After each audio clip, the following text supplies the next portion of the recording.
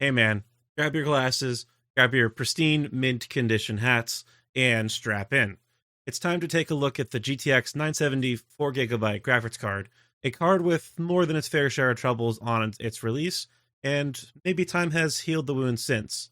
The card I have on hand today is the EVGA SC GeForce GTX 970 4GB card.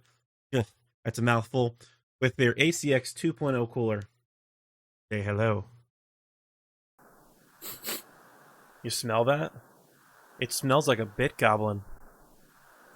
So, for those unfamiliar with the situation, by troubled card, I was referring to a scandal that arose shortly after Nvidia released their GTX 900 series graphics cards.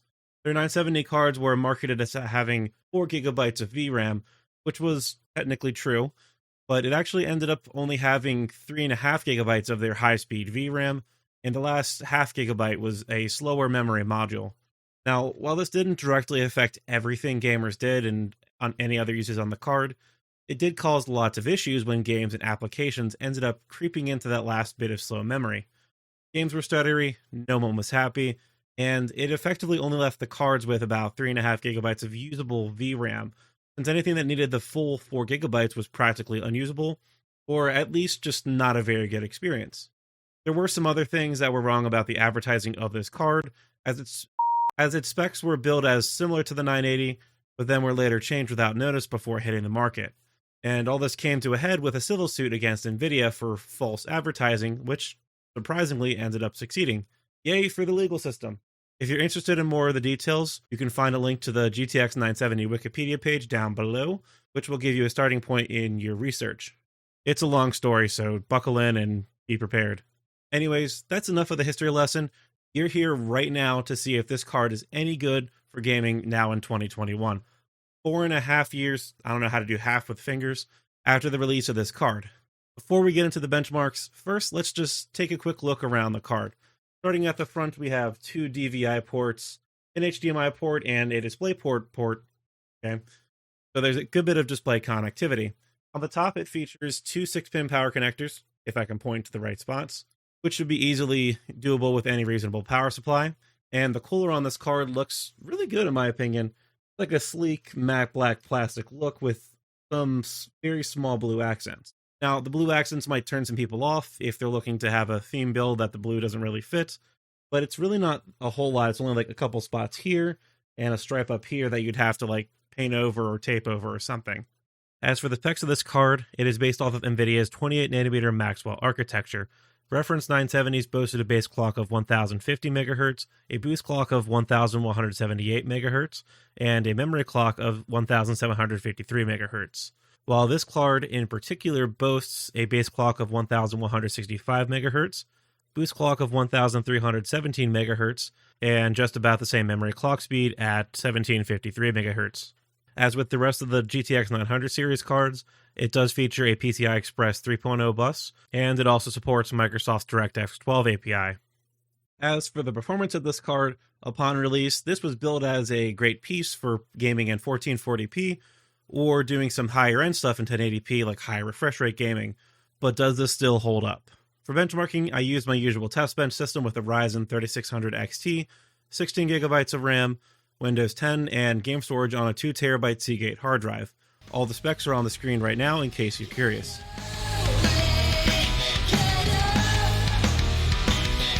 The main thing to note here is that there really should be no bottlenecks for this card on the system, so this graphics card and all the other ones tested should be able to stretch their legs fully during the games. The games tested against today are my usual suite of some older games and some newer ones, mixed in with some synthetic benchmarks. That should give you a rough idea of what area this card will really shine at. Unfortunately, I don't have an extra 1440p or higher resolution monitor on hand to dedicate solely to testing, so all the tests today were only run at 1080p. I'll get into the specifics of how some of the games might perform, I will get into the specifics of how some of the games might perform at 1440p on this hardware later, after we get through the results, but for now, this will give you a good comparison between the cards. Let's do this.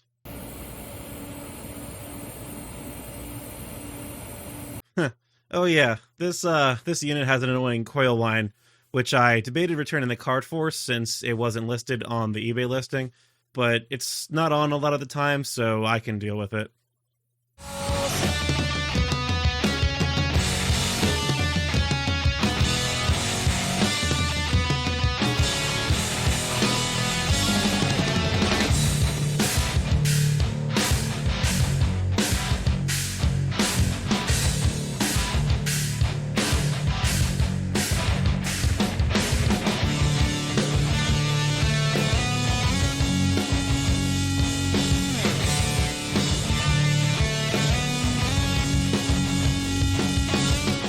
Compared to the other cards I've looked at recently, this card is a lot more capable, easily reaching 60 plus FPS in all the titles with high and or max settings at 1080p, and even looking like it can run at 1440p in some of the older titles with ease. BioShock Infinite in particular, not being a very graphically demanding game, can very easily run at 1440p, and some of the other ones like GTA 5 and Shadow of the Tomb Raider could have probably upped the graphical quality a little bit, since the vRAM really wasn't hit hard, as I had some of the settings dialed back to give the others a fair chance. Like I hinted at earlier, this card in its stock configuration sits comfortably between higher end 1080p gaming and medium settings 1440p gaming. As for overclocking, I wasn't able to get that much of a boost using MSI Afterburner. I only got myself a plus 105 MHz boost clock and plus 200 MHz memory clock, which sure is a modest boost, but I feel like that's a little low for what you can normally expect from one of these cards. Digging around a little bit, it seems like a lot of other people, admittedly closer to the release date, were able to get much larger overclocks than this. But either way, that doesn't really matter for right now, and your mileage may vary either way on what you can get while overclocking. The overclock that we did get translated to a slight bump in performance, netting us a few FPS here and there. All the games except for Deus Ex got about 3 to 7 more average and minimum FPS, with Deus Ex actually showing a dip in average FPS with a slight increase in minimums. This suggested to me that I had taken the overclock a little too far, but since the games didn't really show any issues, I just kind of let it be. However, that's when I started running my synthetic tests, these being Unigine Heaven, 3D Mark Firestrike, and Time Spy, and these sort of reaffirmed that the overclock probably should have been dialed back a little bit further. Firestrike showed a decent improvement, but Unigine Heaven had a lower minimum FPS, and Time Spy showed the exact same results. In retrospect, I probably should have ran these first and dialed back the OC a little bit to rerun the tests, but honestly, I was just kind of done with benchmarking, and the games, for the most part, were pretty okay through the testing process. Next time I'll have to run the synthetic tests first, but you live and you learn.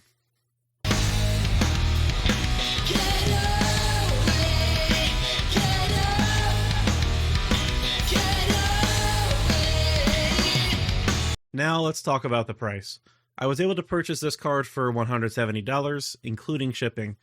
Unfortunately, this was a little while ago, and since I bought this card, the market has gotten a little bit worse, so a lot that I'm finding are now going for like $200 plus with shipping. It's not horrible. There are some that are still going for like $180-ish, but that does affect the value proposition just a little bit. For $170, it's basically a no-brainer compared to the GTX 1050 or the R9 270X, since it's about twice as good in games, give or take a few FPS here and there, for less than double the price. Now that it's approaching 200 plus, it's kind of about the same FPS per dollar as the other two, so it's really just up to you based off of what you prefer. Cheaper card versus more performance, and ultimately your budget. So overall, I like this card for what I was able to get it for. It wasn't a super cheap card by any means, but it's still in that price range where it's not too big of a loss, even if the market levels out and I can only get back like half of what I spent on it. And also, in a weird way, this card kind of holds a special place in my heart. The drama surrounding it kind of gave me my first taste of real, tangible issues in the tech space, and also how a small mistake in marketing or labeling something can turn into a huge issue. I also really learned a lot about graphics cards when this whole thing went down, from how they're made, how memory affects performance, and all the other nitty-gritty details that make these things so cool. But anyways, that's all I have to say for this one. Let me know if you liked it or disliked it by hitting one of the buttons down below. Leave me a comment with other graphics cards I should take a look at from the used market, or with suggestions for future videos. Subscribe to my channel to keep up to date with my latest videos, and join the Big Goblin Discord server to join our community. That's it for now, and I will catch you in the next one.